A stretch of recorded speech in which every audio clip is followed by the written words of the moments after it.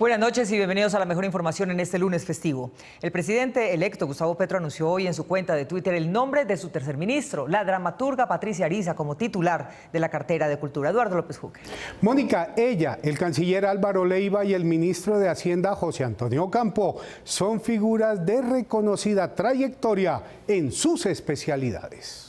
A cuentagotas y en su cuenta de Twitter, el presidente electo Gustavo Petro está revelando quiénes lo acompañarán en el gabinete en el inicio de su mandato. A diferencia de 2018, cuando los seleccionados por Iván Duque, como Carmen Vázquez, no le decían nada al mundo de la cultura. Alberto Carrasquilla generaba dudas por sus líos con los bonos de agua y Carlos Holmes Trujillo, a quien lo criticaban por el giro político de 180 grados del liberalismo hasta el uribismo. Petro se está rodeando de personajes experimentados y con trayectoria internacional. Como un universo. La santanderiana Patricia Ariza, cofundadora del Teatro de la Candelaria, junto con Santiago García, y fundadora y presidenta de la Corporación Colombiana de Teatro, ha sido activista por la paz y promotora de la cultura por la reconciliación. Graduada en la Escuela de Bellas Artes de la Nacional y con doctorado honoris causa del Instituto Superior de Artes de Cuba, Ariza es una de las figuras más respetadas en el mundo de las artes escénicas, galardonada con el Premio Nacional de Derechos Humanos y merecedora de decenas de reconocimientos internacionales. Ella fue anunciada hoy por Petro como su ministra de Cultura. Economista de la Universidad de Notre Dame y doctorado en Economía de la Universidad de Yale, José Antonio Campo es el ministro de Hacienda designado por el presidente Gustavo Petro. Caleño próximo a cumplir 70 años, Ocampo se ha desempeñado como ministro de Agricultura, ministro de Hacienda y director de Planeación Nacional, además de codirector del Banco de la República. En el ámbito internacional, es uno de los economistas más respetados, destacando su trabajo como secretario ejecutivo de la CEPAL y secretario adjunto para asuntos económicos y sociales de la ONU. Ocampo es profesor permanente de la Escuela de Economía de la Universidad de Columbia. Bien, hay expectativas del otro lado. Concejal, diputado, representante a la Cámara, senador, ministro en el gobierno de Belisario Betancur y miembro de la Asamblea Nacional Constituyente. Es el recorrido político de Álvaro Leiva Durán, nuevo canciller colombiano, hijo del dirigente conservador y varias veces candidato presidencial, Jorge Leiva Urdaneta. Señalado como un conservador rebelde, Leiva ha dedicado gran parte de su vida política a buscar espacios de diálogo con los grupos guerrilleros desde 1984, lo que le ha valido señalamientos de la extrema derecha. La organización Abogados Sin Fronteras entregó a la Corte Penal Internacional un dossier en el que documenta que los falsos positivos no están siendo investigados en Colombia como una actitud sistemática y con este esperan que se reabra el caso contra el país. Juan Fernando Barón. Mónica, el fiscal de la Corte cerró el caso sobre Colombia, pero su decisión está siendo revisada por una segunda instancia y con este documento se espera que se reactive debido a la impunidad de los grandes responsables de los 6.402 falsos positivos. Luego de que el fiscal de la Corte Penal Internacional, Karim Khan, tomara la decisión el año pasado de cerrar los casos de supuestos crímenes de guerra y de lesa humanidad cometidos en el conflicto armado colombiano, organizaciones sociales nacionales le solicitaron a la Sala de Cuestiones Preliminares de la CPI que revisara esta resolución con el fin de que se reabriera el caso de Colombia. Y me complace decir que me puedo retirar de la etapa de investigación preliminar. A esta solicitud hecha por las organizaciones sociales se sumará este informe presentado por la organización Abogados Sin Fronteras Canadá, que recoge casos de crímenes como los denominados falsos positivos que las autoridades de Colombia no han investigado. Y hemos recopilado alguna información para tratar de sacar patrones contextuales de criminalidad y también patrones en términos de posibles espacios de impunidad en las investigaciones nacionales. El abogado de la organización, Fernando Saidiza, explicó que este informe pretende ser un insumo a los documentos que le han entregado las organizaciones nacionales a la CPI para que reabra sus investigaciones en Colombia. Actualmente, la Sala de Cuestiones Preliminares de la Corte Penal Internacional viene revisando o examinando esta decisión de cierre del examen preliminar que tomó la Fiscalía. Entonces pretendemos también que esta información pueda nutrir ese análisis sobre si la decisión de la Fiscalía se podría eventualmente reversar. Saidiza manifestó que el informe también busca que la Fiscalía de la Corte Penal pueda abrir nuevas investigaciones de crímenes como las ejecuciones extrajudiciales. Nosotros le señalamos a la Fiscalía que en este momento en Colombia no hay investigaciones frente a estos posibles escenarios de responsabilidad. El informe ya fue enviado a la Sala de Cuestiones Preliminares de la CPI y los miembros de la organización Abogados Sin Fronteras Canadá se reunirán en las próximas semanas con los miembros de la sala para exponerles sus argumentos por los que consideran que el caso colombiano se debe reabrir en la Fiscalía de la Corte Penal Internacional. Un grupo de jóvenes del Partido Conservador radicó su solicitud para que se le permita hacer la oposición, aunque el presidente de la colectividad haya anunciado su adhesión al proyecto de gobierno del Pacto Histórico. Sí, lo juro. 3 días después de asumir la presidencia del directorio conservador, el cuestionado senador Carlos Andrés Trujillo enfrenta la crítica de los jóvenes de su partido. No aceptan la llegada de la colectividad azul al acuerdo nacional convocado por el presidente electo Gustavo Petro. Lo que ha manifestado es contrario a los postulados conservadores de la declaratoria política de 1849. Como militante del Partido Conservador, no creo que mi partido deba ser una colectividad que apoye o que siquiera piense ser independiente al gobierno de Gustavo Petro. El mismo día en que juró como jefe del directorio, Trujillo fue enterado de la carta que algunos de los militantes, encabezados por el directorio capitalino, radicaron con la exigencia de declararse en oposición. La militancia creo que tiene el mismo sentir que hoy les expreso. No nos sentimos representados con siquiera pensar que somos independientes a un gobierno de tendencia de izquierda o siquiera socialdemócrata. Las descalificaciones también se escucharon a las afueras de la Casa Conservadora en Bogotá, donde Trujillo anunciaba la colaboración del partido con el gobierno de Gustavo Petro. Petro los va a dividir y los va a destruir. Partido Conservador es oposición naturalmente a las personas que queman, destruyen y causan desórdenes como hizo Petro para llegar a la presidencia. Líderes juveniles, conservadores y militantes de la base anunciaron que adelantarán acciones de protesta en las diferentes sedes del Partido Conservador en el país, mientras su nuevo presidente insista en llevarlos al gran acuerdo con Petro. El papá del saliente presidente nació en Gómez Plata, Antioquia, que desde que se posesionó Iván Duque consiguió sus escenarios deportivos, vías de conexión, infraestructura deportiva y programa de vivienda para sus 9.700 habitantes. Miguel Ángel Peñaranda. Mónica, y de despedida del gobierno va a recibir un mirador de 4.600 millones. Al final de la cuenta, la inversión del gobierno allí superaría los 5 millones de pesos por habitante. Un municipio que está en mi corazón y en mi conciencia permanente. En el municipio de Gómez Plata, Antioquia, de apenas 9.700 habitantes, nació Iván Duque Escobar, padre del presidente Duque. Se ha beneficiado de forma extraordinaria con distintas obras promovidas por el gobierno nacional desde el 2018. Tenemos también el proyecto del SENA, del Centro de Capacitación, que va a cubrir varios municipios.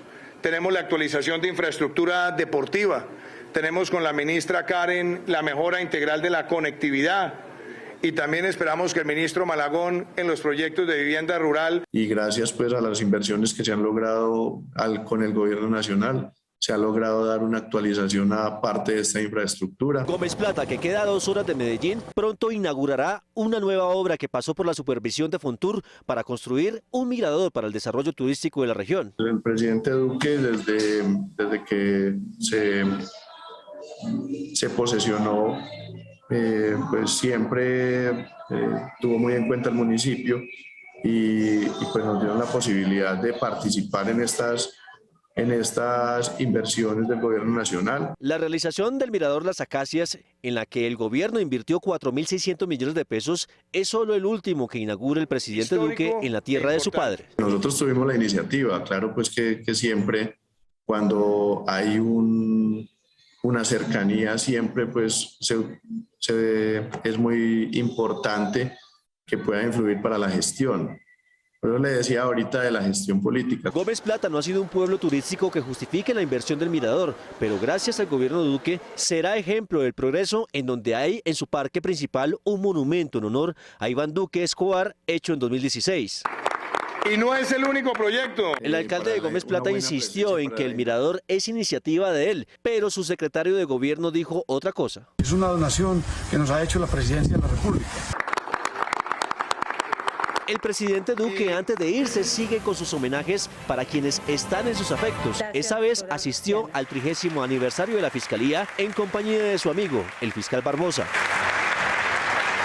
En este evento fue condecorado el fiscal Gabriel Jaimes. Su consagración al trabajo y aportes en beneficio de la entidad. El presidente Duque le entregó la medalla Low Multra al fiscal Jaimes, quien en lugar de acusar pidió la absolución del jefe político de Duque, Álvaro Uribe Vélez. El acuerdo de paz priorizó los municipios más pobres del país para la inversión pública y creó un órgano de aprobación de sus proyectos en cabeza del consejero de paz. Al término de su primer cuatrienio, se sabe que el órgano se gastó 6.6 billones de pesos. Enrique Tapias. Mónica, y ni siquiera cubrió los municipios que debería, pues de los 170 priorizados entre 2017 y 2020, 53 no tenían ningún proyecto. Y estos no solo son los más pobres, sino también los más afectados por la violencia. El órgano de administración y decisión conocido como CADPAS es el encargado de aprobar los proyectos financiados con presupuesto público para ejecutar programas en los municipios más pobres del país afectados por la guerra.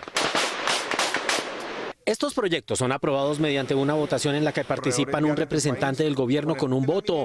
En el gobierno Duque, el consejero de paz Emilio Archila, 2 representantes del nivel departamental con un voto y 2 representantes del nivel municipal también con un voto.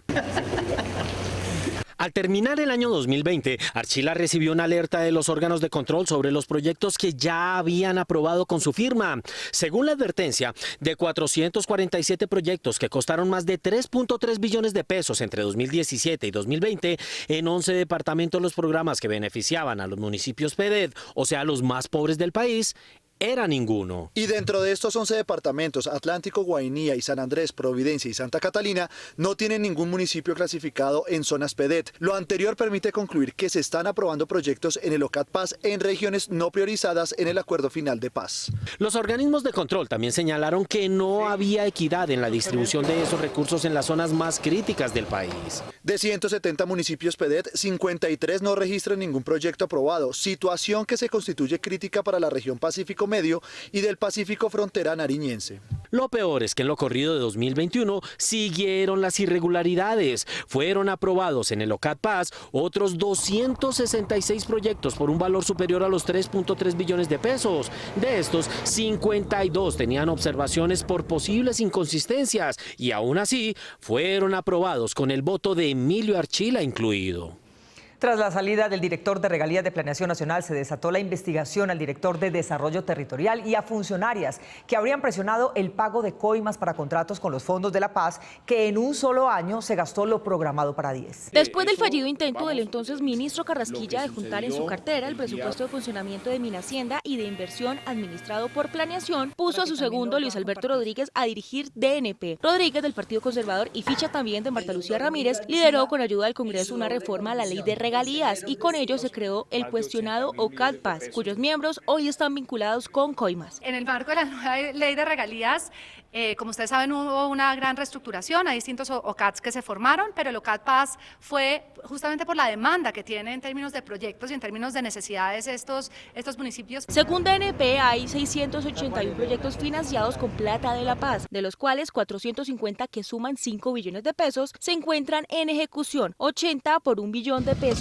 aún no se contrata, mientras 3 no tienen ejecutor y solo 148 están terminados. Solo en 2021 el OCAD Paz aprobó 353 proyectos por 4,4 billones de pesos, es decir, se gastaron en solo un año los recursos de la paz que se proyectaban para 10 años. ¿Cómo van las aprobaciones del OCAD Paz? El OCAD Paz en este momento ya está prácticamente agotado. O sea, si no es por un saldo pequeño que hay de FOMPET, tiene un 90% de aprobación. Se agotó la plata y según la Contraloría, 33% de los 170 municipios PEDET no tuvieron acceso a esos recursos. Otros, como Valledupar, les aprobaron un proyecto de energía por 9.600 millones, lo que contrasta con un proyecto de interconexión eléctrica de un municipio como el Charco Nariño con un valor mucho más bajo. En registros de la Contraloría y Procuraduría sobre OCAD Paz sobresale las irregularidades denunciadas asociadas de los departamentos de Cesar y La Guajira, cuyos municipios están agrupados en la subregión PEDET de la Sierra Nevada de Perijá. En el marco de estas aprobaciones, sorprende el aval que dio el OCAT Paz a cerca de 60 proyectos relacionados con energía fotovoltaica para viviendas rurales. Aquí empresas como Diseléctrico, Basmarin Service y ESCO, Compañía de Servicios Energéticos SAS, se pusieron de acuerdo para conformar consorcios con nombres distintos y quedarse con contratos en La Paz, Pueblo Bello, Agustín Codazzi y Becerril en Cesar, así como Fonseca, Dibuya y Gurumita en Guajira. Martín Zuleta, alcalde de La Paz Cesar, miembro de OCAT Paz y una de las personas cuestionadas por Blue Radio por presuntamente recibir coimas para aprobar iniciativas, alcanzó a jalonar el año pasado al menos 8 proyectos en el OCAT para su municipio. Además de la salida de Álvaro Ávila, director de regalías del DNP por el escándalo con los recursos de La Paz, Noticias 1 conoció que hace pocos días se declaró insubsistente a José Linares, director de Desarrollo Territorial, y se estaría investigando las actuaciones de las funcionarias Paula Andrea López y María Alejandra Ávila Burgos. Néstor Humberto Martínez, que renunció a la Fiscalía cuando se exponía su relación con los sobornos de Odebrecht, fue contratado como chepito, según explica uno de los objetivos de su cobro, para reclamar una cifra que sacaría del negocio a los operadores de basura de Bogotá. Víctor Ballestas. Mónica, 2 árbitros le dieron la razón a los clientes del renunciado fiscal de que el barrido de las calles de la ciudad debería cobrarse por kilómetro y no por usuario como se hace actualmente. La diferencia, según la UASP, pondría en riesgo a los operadores de la recolección de basuras. Este laudo arbitral del 8 de noviembre del año pasado, que condenó en primera instancia a la empresa Proceraceo, demandada por el operador Promoambiental, es el eje central del millonario pleito que, aunque en teoría es entre privados, terminaría por afectar a Bogotá. Juan Carlos Expósito, Héctor Medina y Felipe Cuberos de las Casas fueron los abogados expertos escogidos para dirimir la queja del demandante. Según Promoambiental, uno de los 5 operadores del aseo en Bogotá, la fórmula establecida actualmente para cobrar el servicio de barrido, limpieza de vías y áreas públicas les arroja pérdidas. Expósito y Medina les dieron la razón. Y ordena el pago por kilómetros barridos, conforme a la regulación de la Comisión de Regulación de Agua Potable y Saneamiento Básico. El tercer árbitro, Cuberos de las Casas, salvó voto, es decir, se apartó radicalmente de la decisión. Si en gracia de discusión se considera que las liquidaciones realizadas por Proceraceo constituyen actos jurídicos, las mismas no podrían ser objeto de nulidad por objeto ilícito, como asevera la mayoría del tribunal. Cuberos explicó que el operador Promoambiental debe seguir cobrando por usuario, como dice la fórmula tarifaria, y no por kilómetro barrido, como lo señalan sus compañeros en el laudo. El pago retroactivo está calculado inicialmente en 160.000 millones de pesos.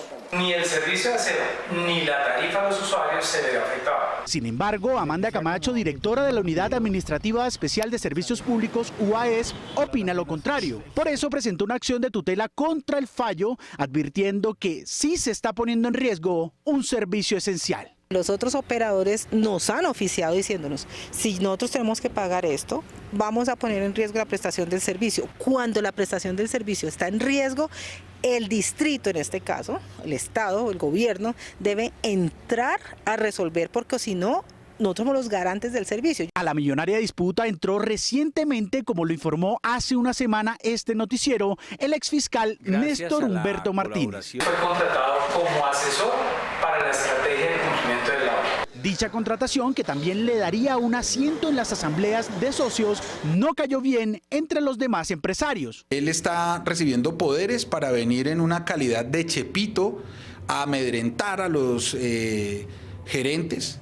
A mí ya me amenazó también. Sobre las presuntas irregularidades que se estarían dando en este proceso, ya hay quejas en la Superintendencia de Servicios Públicos, la Procuraduría y denuncias penales en la Fiscalía. No puede ser. La decisión en segunda instancia está en manos del magistrado Rafael Francisco Suárez Vargas del Consejo de Estado. Los guardianes admiten que pudo haber errores suyos, pero le atribuyen la mayor responsabilidad en la tragedia a la Unidad de Contratación de las Cárceles, la USPEC, una división del Ministerio de Justicia que está atrasada en la dotación de las cárceles y ni siquiera les había dado extintores. Tras los cuestionamientos que señalan al INPEC como responsable de la tragedia ocurrida en el pabellón 8 de la cárcel de Tuluá en la madrugada del 28 de junio, el representante del INPEC de esa ciudad reconoció que hubo inconsistencias y que la responsabilidad también recae en las entidades a cargo del gobierno nacional. Los hechos suceden en una infraestructura obsoleta, súper antigua, que no tiene los medios técnicos para haber contrarrestado un incendio, como quedó ya demostrado. Los funcionarios, que está evidenciado también, actuaron con los extintores que se encontraban en el lugar, extintores que fueron inoperantes allí. Para los funcionarios del INPEC, lo que pasó en la cárcel de Tuluá fue una evidencia más de la inoperancia de la Unidad de Servicios Penitenciarios en todo el país. En múltiples ocasiones, la inoperancia de la USPEC, porque siempre resultamos nosotros, del INPEC, señalados, lastimados, pero en ningún momento se habla de las falencias y por qué el INPEC falla. Para comprar un candado es un trámite del nunca acabar. Las cárceles en Colombia, su gran mayoría, esas infraestructuras obsoletas o antiguas, carecen hasta de candados. Aunque la riña provocó el incendio, los funcionarios del INPEC aseguran que la tragedia pudo ser peor. Hoy hablamos tristemente de 52 fallecidos, pero podemos dar el parte de 107 vidas que se salvaron, porque era un pabellón con 159 internos, de los que 107 fueron salvados por una mínima cantidad de funcionarios que se encontraban allí. Confirmando los informes preliminares de la inspección que hizo la Procuraduría, la cárcel de Tuluá no cuenta con los requerimientos para atender a la población carcelaria. En las pocas cámaras que existen en este lugar, pueden mostrar lo que se vivió realmente en estas horas de la madrugada. El representante sindical dijo que los guardianes de la cárcel confían en las investigaciones de la Fiscalía y la Procuraduría, que según él mostrarán una cadena de irregularidades desde la Administración de Justicia. Si tiene algún capital para invertir, en primer lugar descarte las promesas de ganancias increíbles e inmediatas y más bien aproveche las acciones de los negocios a los que les irá mejor en la anunciada recesión. Muchos quisieran tener ingresos adicionales, aún más si lo ven como algo complementario a la pensión. Sin embargo, en ese afán de lograr la anhelada tranquilidad financiera, se cometen errores de inversiones como destinar dinero en un negocio que no se conoce. Desista de invertir en activos o negocios en los que le afirmen que tiene una rentabilidad asegurada porque ello no existe. Tampoco caiga en la facilidad de las pirámides que exigen traer más personas para ganar. Ello siempre será una estafa. Recuerde que es una bandera roja invertir en criptomonedas y acciones solo por moda, y mucho menos haciéndolo apalancado con deuda. ¿Pero qué sería una buena inversión? Nunca dejará de ser una buena opción invertir en finca raíz, ya sea para tener casa propia donde vivir o para ponerla en arriendo, pues las opciones de financiación son amplias y el gobierno tiene distintos beneficios para quienes decidan irse por este camino. Ahora que está tocando a la puerta la recesión global y muchas acciones están en descuento, es un buen momento para invertir en este sector. Sin embargo, estudie bien las empresas con títulos bajos porque esa caída puede estar relacionada con hechos inherentes a factores externos. Las ventajas de los demás en la transformación energética que estamos iniciando, lo que indican los indicadores.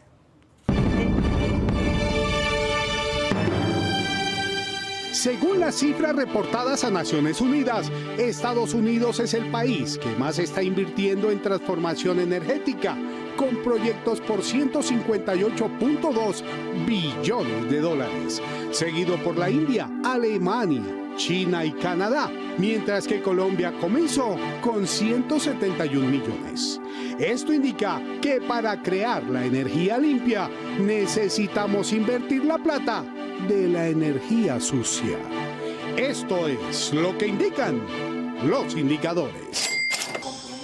Aunque nuestra idea común de los robots es la de su forma humanoide, los que replican la vida animal pueden incluso ser más comunes. Un fabricante alemán pretende además lograr que su consumo de energía sea también mínimo. El progreso de la robótica año a año sorprende más. Estos son los móviles autónomos con los que la empresa alemana Festo asombra por sus capacidades en el mercado de los robots con tecnología biométrica, un desarrollo de soluciones productivas con gran proyección durante los próximos años que replican la naturaleza. Tratando de comprender y superar los mecanismos internos de los animales, esta multinacional de automatización construye robots con medidas estandarizadas para para encontrar formas creativas de mejorar su fabricación. Este canguro biónico utiliza energía recuperada de un salto para ayudarse a realizar otro y responde a señales controladas electrónicamente por un humano.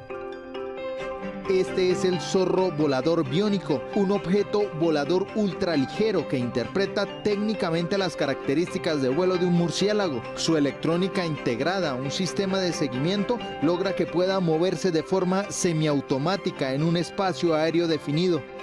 Los animales acuáticos también hacen parte de estos proyectos. Este robot submarino logra que sus aletas generen olas continuas con un movimiento ondulante y transmitir datos de forma inalámbrica registrados en un sensor. Mientras que estas golondrinas artificiales son ágiles, ligeras e incluso pueden volar de manera coordinada y autónoma gracias a un GPS integrado que les da un radio de acción. Joey Chestnut es el nuevo campeón mundial de comida de perros calientes en el campeonato que se celebra en Coney Island desde 1916. Chestnut pudo tragar 63 perros calientes en la competencia de 10 minutos y obtuvo la corona por 15ª vez consecutiva, lo que, según los comentaristas del concurso, lo convierte en un deportista superior a Rafael Nadal, que solo ha ganado el Abierto de París en 14 oportunidades. En la categoría femenina ganó Miki Sudo, que solo pudo con 40 perros calientes en los 10 minutos reglamentarios. He stands is not Iraq. It is the United States of America. With 63 Nathan's famous. Nos vemos en las redes sociales y el próximo sábado a las 8 de la noche aquí en Cable Noticias con las mejores noticias del fin de semana. A ustedes, como siempre, gracias por elegir la independencia. Feliz noche.